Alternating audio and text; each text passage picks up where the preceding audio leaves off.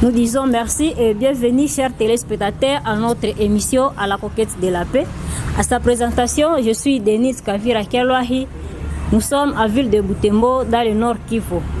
Aujourd'hui, nous nous sommes vus avec les co-débatteurs, Nzuko Demihake, Maître Isaac Mutanga et Papa Nestor Tsongo, avec qui nous avons débattu les points concernant l'installation du bourgmestre de Minembwe.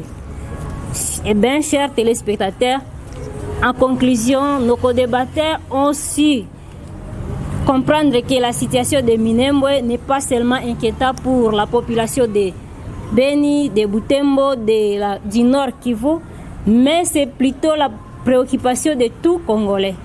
Pourquoi la question majeure qui se pose? L'installation simple d'un bourgmestre dans une commune peut-il créer des polémiques dans tout un pays? Faut-il que les étrangers viennent pour instaurer de nouvelles lois chez nous? Pourquoi tous ces zizanies et qu'est-ce qui est autour de Minembwe? Qu'est-ce qui se tourne autour de cette installation clandestine? Chose drôle, le président de la République, État à Goma, nous a averti que ce n'est pas lui qui aurait mandaté M. Azara Ruberwa pour l'installation de la nouvelle commune de Minembwe. Chers téléspectateurs, nous ne vous fatiguons pas, sauf il y a un petit témoignage que vous allez suivre dans cette vidéo qui suit après ce débat.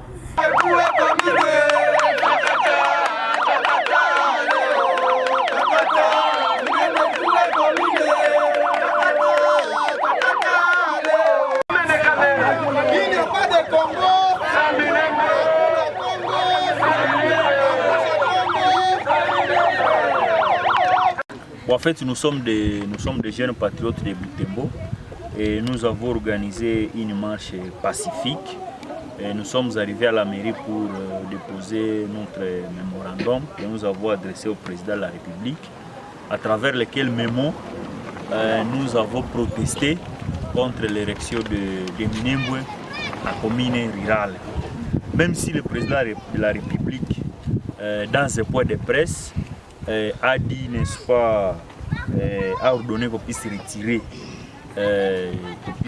à Minembwe les statuts de communes rurales, mais jusqu'à présent, il n'y a pas encore un acte administratif qu'il a signé.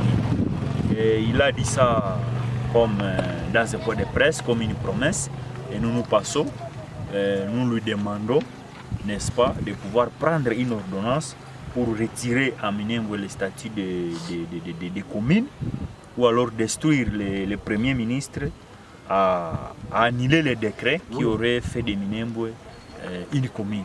Quel a été votre peur par rapport à cela? Parce que c'est en fait, la manière dont l'activité, la manière dont Minembwe a été installée comme commune, en présence d'une forte délégation constituée par des autorités nationales et même des diplomates, nous a beaucoup attiré notre attention parce que le ministre de la décentralisation était là, le ministre délégué à la défense, même le chef d'état-major de FARDC, plus de 10 députés nationaux étaient là.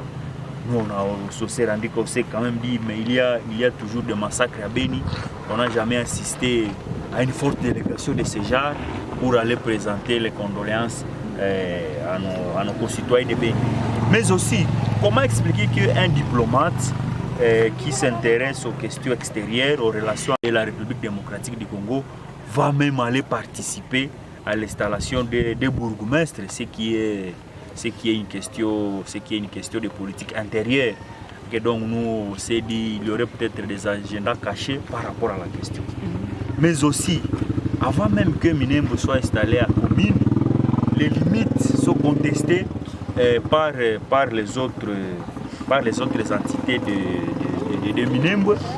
Il n'y a pas cohabitation pacifique à territoire de Fizi à cause toujours de la question là de Minembwe. Et donc nous pensons qu'il faut d'abord qu'on puisse organiser un dialogue intercommunautaire pour voir comment on va installer, on va remettre la confiance entre les habitants des territoires de Fizi, là où Minembwe se retrouve.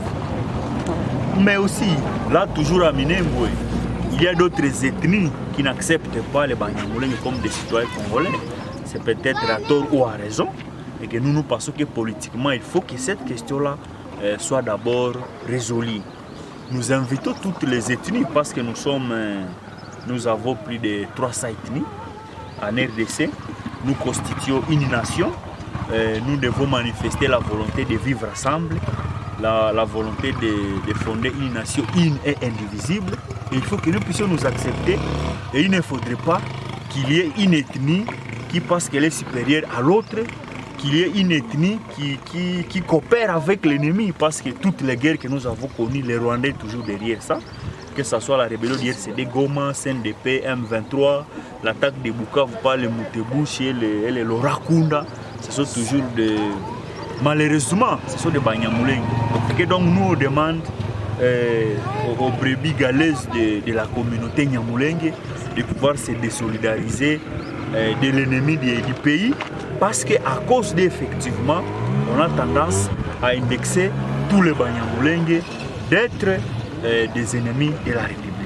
Donc voilà au moins à bref ce qui nous a motivés à faire la marche pacifique pour venir déposer un mémo à la mairie de Butembo.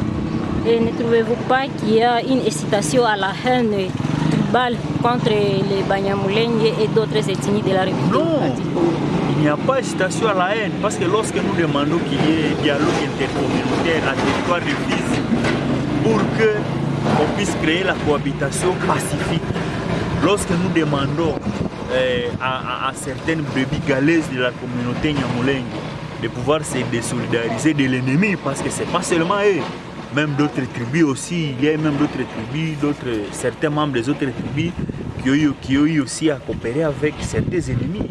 Et donc nous pensons qu'ici, lorsque nous exigeons qu'il y ait la cohabitation pacifique, qu'il y ait un dialogue intercommunautaire, lorsque nous invitons des leaders politiques, des leaders de la société civile à pouvoir s'impliquer pour que les Banyamulenge puissent être acceptés à territoire de Fizi, nous ne sommes pas contre. Ce n'est pas l'incitation à la haine tribale. Nous, notre souhait, c'est que, avant qu'on puisse songer à faire des Minembwe quoi que ce soit, il faut qu'on puisse résoudre la question de la cohabitation pacifique. Il faut qu'on organise des dialogues intercommunautaires pour que les gens puissent s'accepter. Parce que Munyamulenge, s'il est citoyen congolais, il peut vivre partout où il veut et qu'il faut qu'il soit accepté. Et pour qu'il soit accepté, il faut qu'il soit patriote. Il faut qu'il aime le pays, qu'il ne puisse pas prendre les armes contre la République. Pas seulement eux, même nous tous, les Baluba, les Bakongo, les Banande, nous devons vraiment nous unir pour fonder une nation une et indivisible et ne pas coopérer avec les ennemis de la République. Chers téléspectateurs, nous sommes avec l'invité qui est M.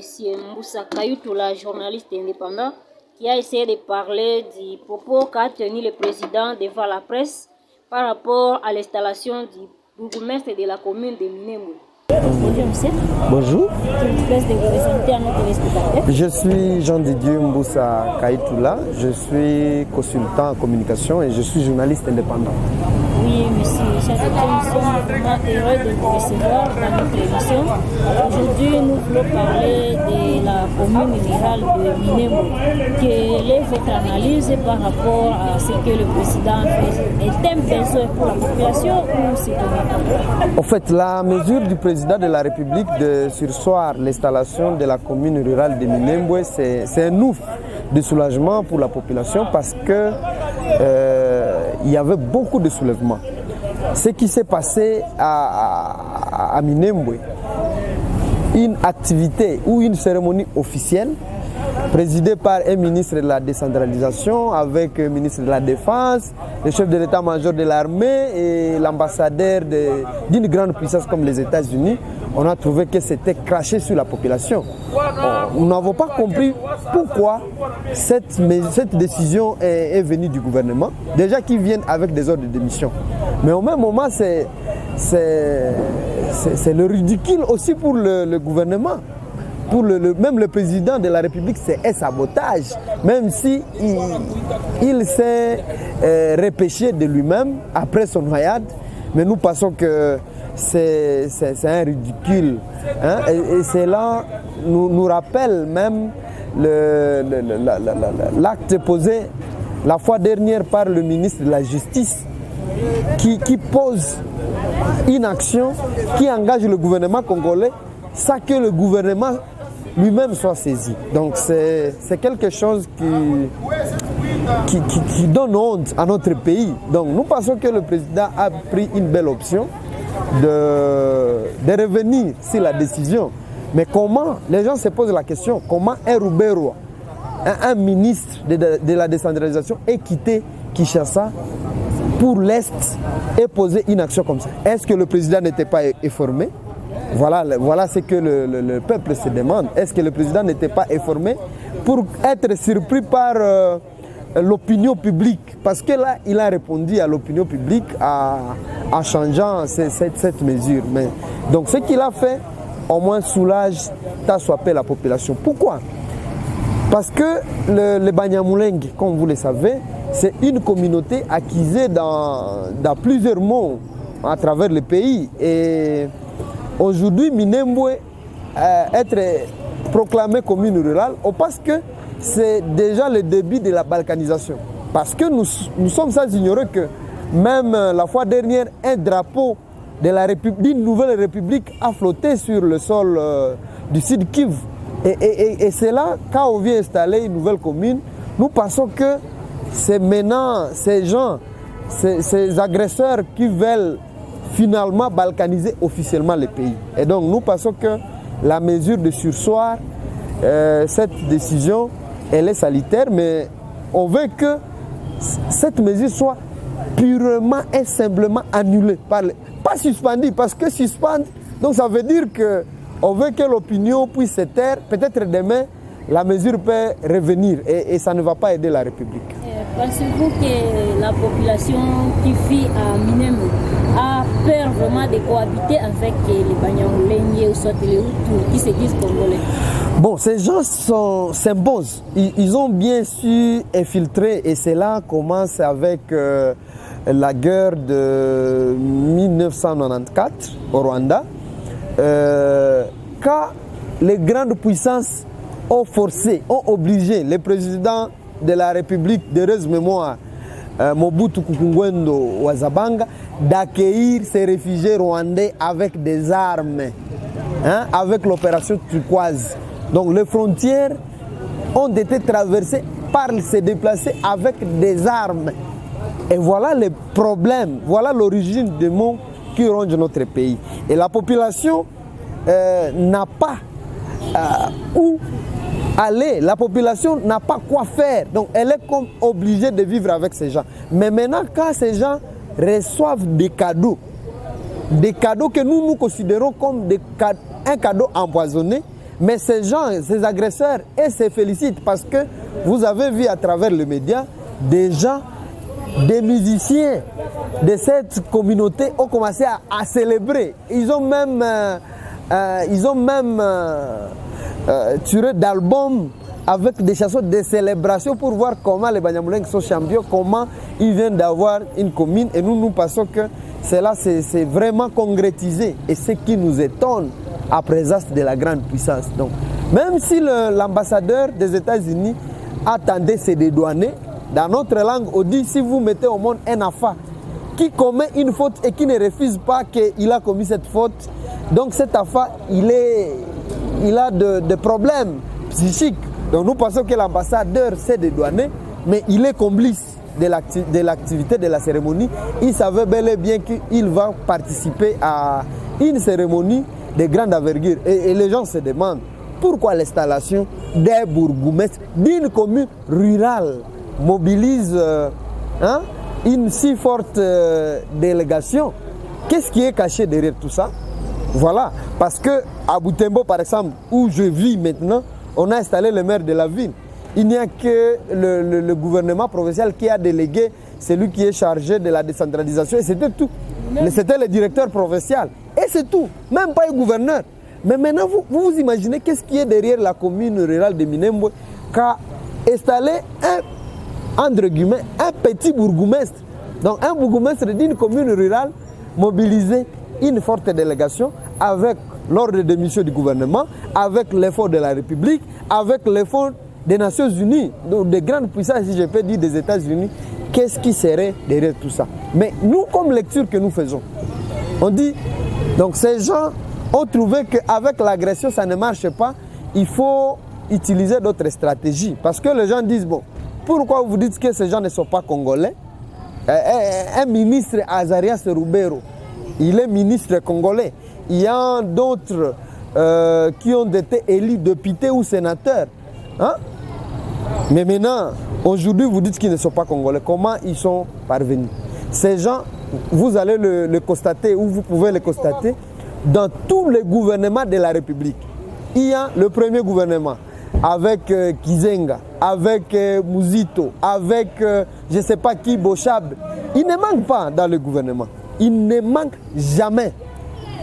Qu'est-ce qui se cache derrière tout ça? Est-ce que c'est la loi de la protection de la minorité qu'on veut appliquer, ou c'est les accompagner à balkaniser le pays?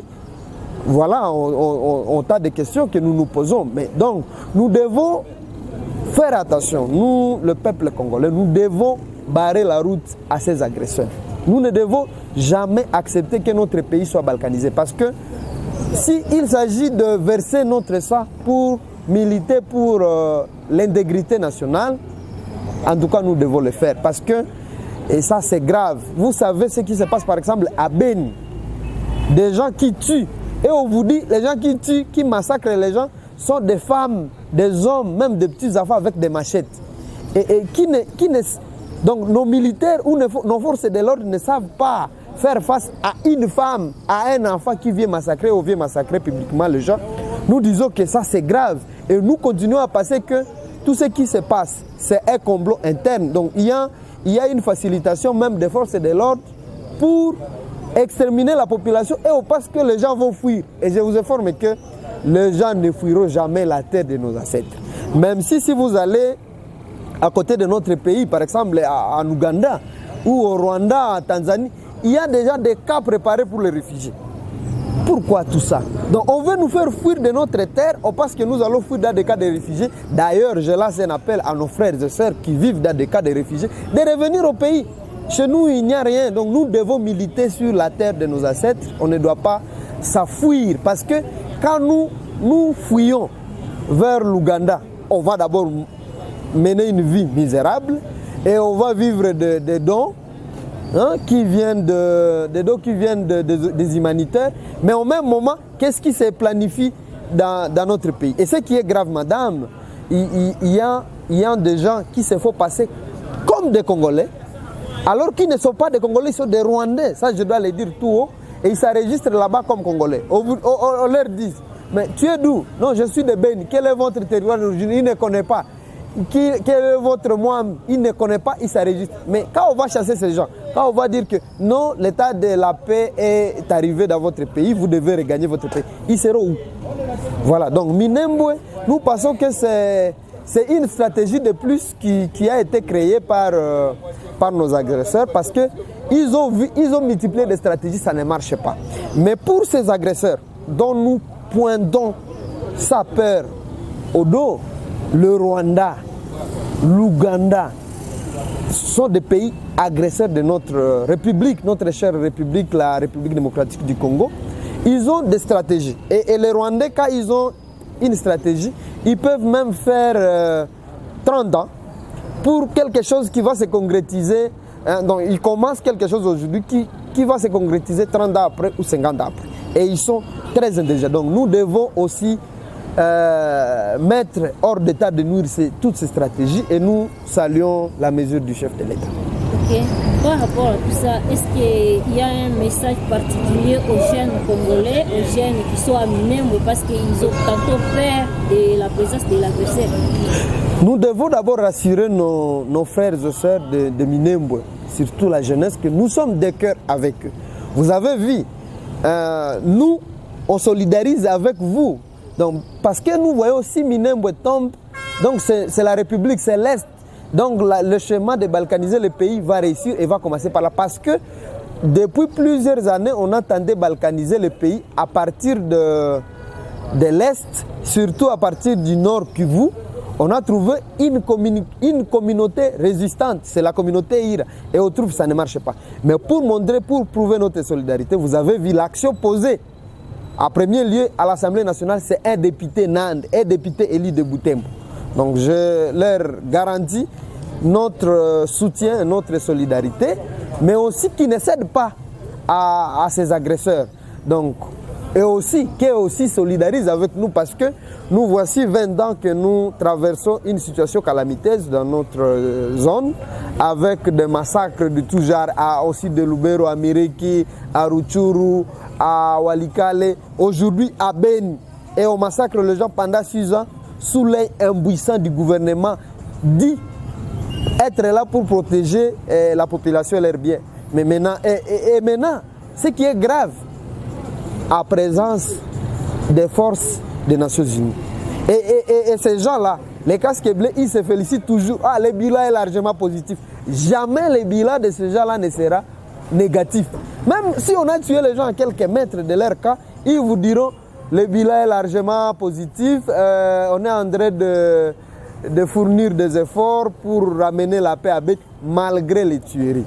Et donc, que la jeunesse de Minembwe ne cède pas à cette menace et que le groupe de pression, donc j'appelle la jeunesse de la Lucha et d'autres mouvements d'ici de Kivu de solidariser avec la population de Minembwe. Nous devons tous solidariser et toute la communauté de la République, toutes les communautés de la République démocratique du Congo doivent accompagner ou soutenir la population de Minembwe pour que le fameux schéma que j'appelle le fameux schéma de Rubero puisse échouer. Et au gouvernement maintenant qui a autorisé quand même Rubero d'aller faire quelque chose.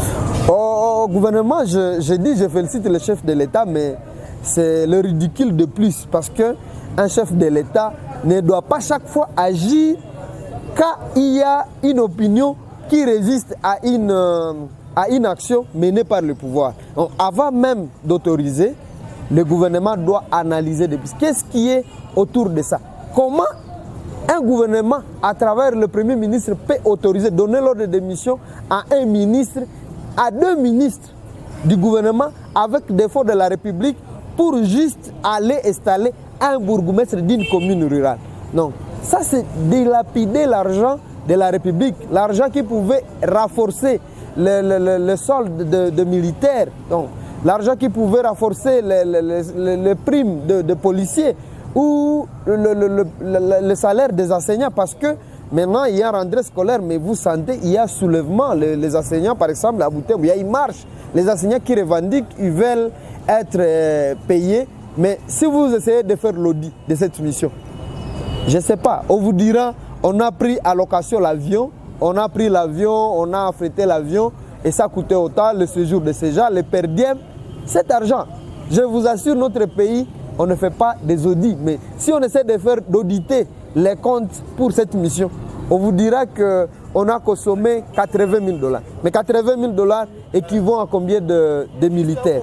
Voilà, donc nous devons, je demande au gouvernement congolais d'être quand même responsable parce que des actions que ses membres posent et des actions qui sont annulées après que donc ces dirigeants du pays ont autorisé que ces actions soient posées. Je vous assure que ça c'est jeter dans l'eau l'argent qui devait servir à la République. C'est Moussa Kayoutula, journaliste indépendant, la télé Léon Joléo vous remercie. C'est moi qui vous remercie et je remercie les téléspectateurs qui suivent ces audios, ces images. Et je salue aussi le travail que rend Léon Joléo TV à travers le monde parce que ça c'est une télévision qui nous met au courant de tout ce qui se passe à travers le monde. C'est moi qui vous remercie. Merci. Écoutez aussi nos co-débatteurs venant des parlements des jeunes, mouvements des jeunes citoyens en ville de Butembo, qui ont essayé de donner leur avis et surtout de soutenir la population de Minembwe, Congolais comme nous, à ne pas baisser les bras et surtout de lutter contre la corruption et contre les mauvaises mœurs qui sont tendues vers eux. C'est pourquoi vous allez attendre les témoignages de certains jeunes qui ont essayé de parler un peu de cette situation en ville de Butembo, tout en état de cœur avec les habitants des terres débatteurs. Nous disons merci car vous êtes un peu disponibles pour la journée d'aujourd'hui. Et nous allons parler un peu de la commune de Minembwe et l'affectation des bourgmestres à ce lieu. Et que l'évolution de la situation ou des éclaircissements concernant la question des Minembwe, moi je me dis cet incident-là d'une installation avec pompe a sauvé la République. Pourquoi? Parce que d'après certaines indiscrétions, le monsieur a été nommé il y a longtemps. Et comme il avait été nommé au même moment que d'autres maires ainsi que d'autres bourgmestres qui sont aussi en fonction dans le point là, et ces autres-là avaient été investis, installés du moins régulièrement, ce qui n'avait pas été le cas pour Minembwe. Et comme ça s'est fait avec pompe, ça a attiré maintenant la curiosité pour se dire encore, il y a aussi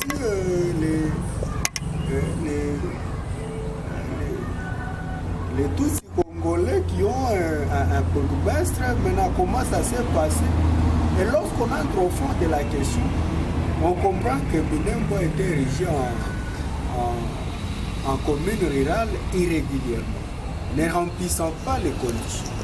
Et que même l'Assemblée provinciale de Sud Kivu qui devrait se prononcer pour qu'on puisse ériger cette commune-là, du moins cette entité-là en commune rurale, l'Assemblée provinciale de Sud Kivu s'y était opposée. Et donc moi je me dis c'était une belle opportunité à prendre pour pouvoir remettre les choses dans l'ordre, les remettre dans leur état antérieur.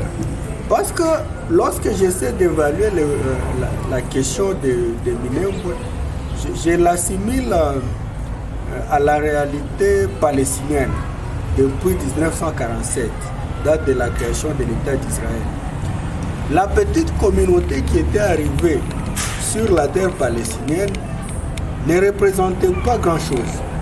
Mais avec le temps, cette petite communauté a commencé à conquérir d'autres espaces, à créer des colonies, en telle sorte que qu'actuellement, les Palestiniens sont des étrangers sur leur propre sol.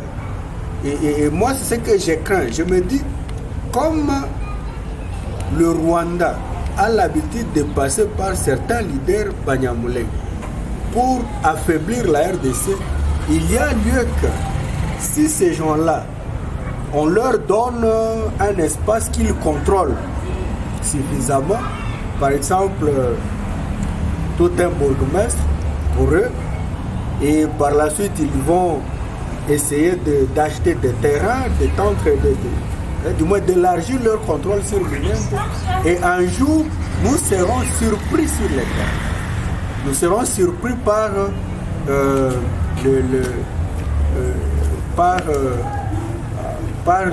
des suites de l'érection de Minembwe en commune rurale. C'est pourquoi moi je me dis, ce qu'il faut faire maintenant, c'est plutôt d'annuler purement et simplement les décrets là, érigeant Minembwe en commune rurale. Voilà ce que je peux dire. Oui, merci. D'abord, depuis ma part, je constate qu'il y aurait anguille sous roche. Pourquoi je parle de l'anguille sous roche? C'est de voir même l'arsenal de cette délégation qui est arrivée à Minembwe. J'ai vu des communes rurales, des communes être installées dans notre pays. Je n'ai pas vu cette démonstration de biceps. Et un autre aspect qui me dérange ces derniers temps, c'est de voir cette démonstration de biceps entre les ministres de la décentralisation de notre pays, Azarias Rubero, face à son chef de l'État. C'est comme s'il y a un ministre qui veut humilier le président de la République. là ça me dérange. Par rapport à cette installation des bourgmestres. Oui, selon lui, il n'a pas installé bourgmestre, selon lui. Mais selon l'ampleur du problème, c'est comme s'il y aurait crise entre les institutions, la présidence et les ministères de notre pays. Entrons alors sur terrain. Je vois un peuple Banyamulenge. Je vois aussi le peuple, les Banyarwanda. Quand on dit Banyamulenge, c'est Mulenge, c'est une montagne. Mulenge. Alors je me dis, lorsqu'on installe une commune avec un peuple homogène, ça ne ressemble plus à une commune. Alors que dans une commune, on devrait assister à des peuples, donc aux peuples hétérogènes.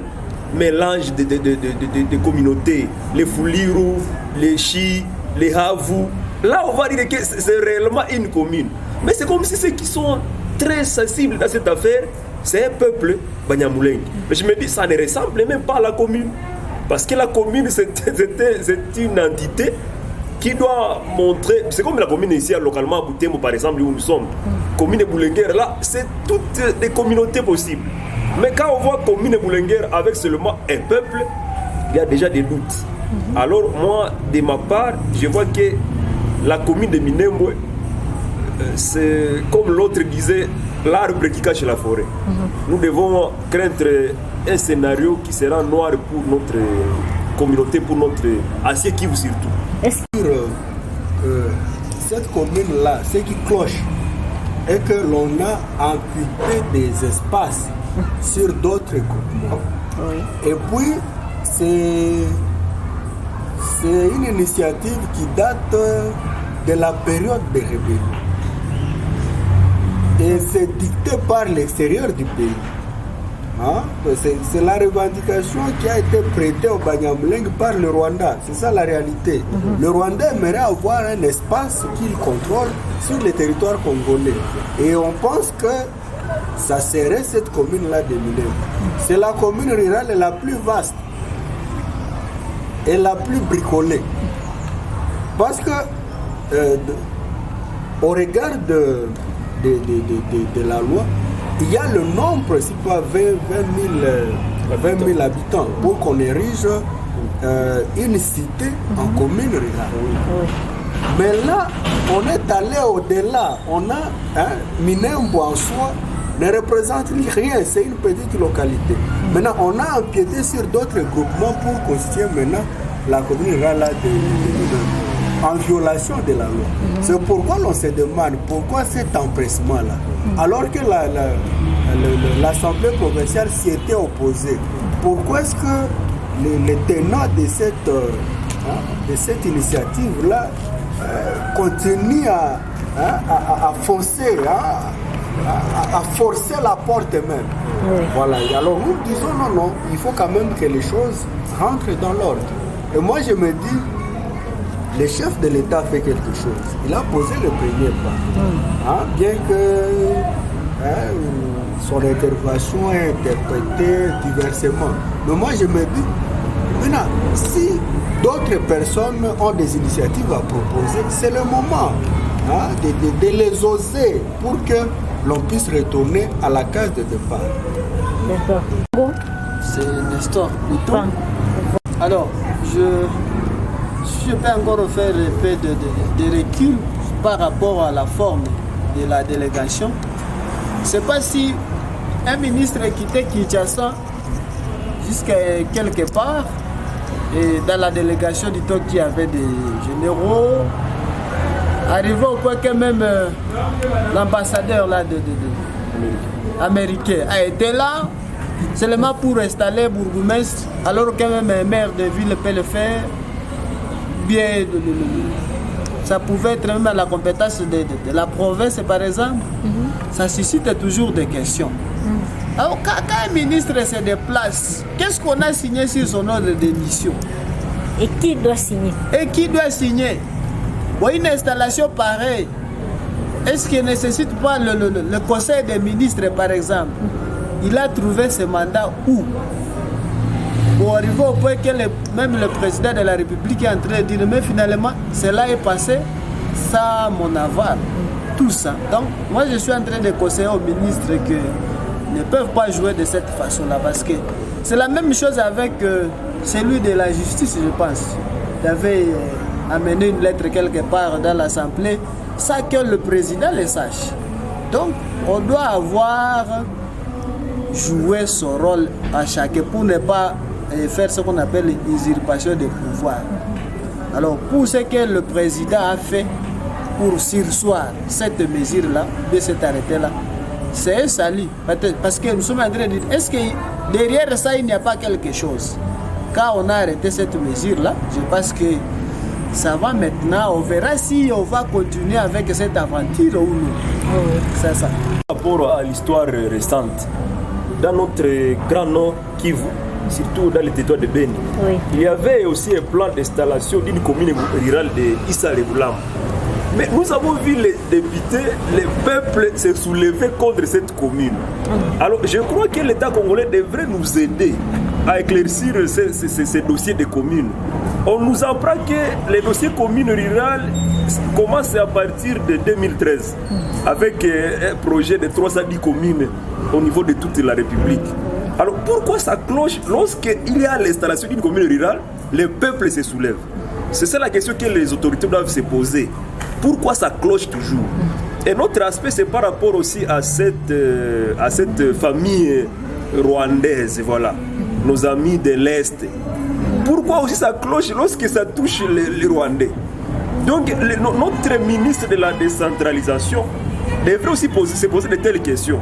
Lorsqu'il veut faire quelque chose, ça cloche. Qu'est-ce qu'il y a autour de tout ça? Un autre élément, c'est aussi par rapport au président Tshisekedi. Si j'étais son conseiller, moi je serais l'homme le plus heureux qu'on puisse d'abord suspendre les ministres de la décentralisation. Parce que c'est une honte pour la République. Lorsque même un enfant de 6 ans va savoir qu'il y a un ministre qui a humilié le président. Mais ça ne va plus. Sur les réseaux sociaux, sur dans des groupes WhatsApp où Azarias Rubero est en train de nier cette charge. Il dit qu'il ne reconnaît pas. Ce n'est pas lui qui aurait planifié tout ça. Oui. Mais s'il est en train peut-être de refuser, alors que pendant qu'il faisait cette manifestation-là d'installation, on était en train aussi de prendre ces images. Nous avons même auditionné certaines chansons qui parlent de commune Minembwe. Et s'il veut refuser, on va balancer ça et on trouvera des preuves qu'il est en train de tromper à la longueur de la journée. Tout est ministre. Ah oui. Voilà. Conseil à l'emploi de nos frères rwandophones. Ah oui. Dès lors qu'ils sont reconnus congolais de par la constitution de 2006, il faut qu'ils se comportent comme congolais. Double nationalité et on accepte ça dans ici. Dans notre pays, la double nationalité n'est pas reconnue. La nationalité congolaise reste inexclusive. Voilà. Dès lors que vous la détenez, on présume que vous n'avez plus une autre nationalité. Et dès lors que vous détenez une autre nationalité, vous excluez automatiquement la nationalité congolaise. C'est pourquoi moi je dirais, dès lors qu'ils sont congolais, il faut qu'ils apprennent à mettre en avant les intérêts de la République. Et je m'adresse particulièrement à certains leaders rwandophones. Parce que il y a le bas peuple parmi les rwandophones qui n'ont rien à faire avec le Rwanda, qui se sentent à l'aise en étant au Congo. Mais nos amis là, pour avoir, je ne sais pas, de positionnement politique, pour besoin de positionnement politique, ils cherchent des appuis à Kigali. Et là, ça attire un mauvais regard sur eux. Ils poussent les gens à se dire peut-être que ces rwandophones seraient vraiment des Rwandais. Et moi, ça ne me plaît pas. Pour besoin de la cohésion nationale, il faut que tout Congolais défende d'abord les intérêts de la République. Et puis, à quoi bon dire que telle commune est contrôlée par les rwandophones? Si vous n'avez pas de parcelles là-bas, ça vous procure quoi? Moi, je me dis qu'ils se sentent à l'aise, comme ce sont des grands travailleurs, qu'ils achètent des parcelles partout où ils veulent. Et ils vont vivre tranquillement. Et non chercher à contrôler un espace quelconque. Pour quelle fin? Pour gagner quoi? Oui. Voilà. Vraiment. Ok, chers téléspectateurs, nous disons merci de votre participation. Et dans cette émission, nous étions avec Nzuko Demihak et Isaac Moutanga. Et aussi, à fin, nous avons Nestor qui ont participé avec beaucoup d'enthousiasme dans cette émission. Et nous disons merci. On se revoit à la prochaine occasion. Merci pour votre présentation et votre participation, chers collaborateurs, chers co-débatteurs. Et nous sommes à la fin de notre émission à la Conquête de la paix. Aujourd'hui, nous avons parlé de la commune de Minembwe, l'installation du nouveau bourgmestre à Minembwe, que le président lui-même a nié, a rectifié. Et voilà, nous sommes à la fin. Nous sommes au Nord Kivu. N'oubliez pas d'aimer notre page et de partager aussi nos vidéos si ça vous intéresse. À sa présentation, j'étais Denise Kavira Kelwahi, à provenance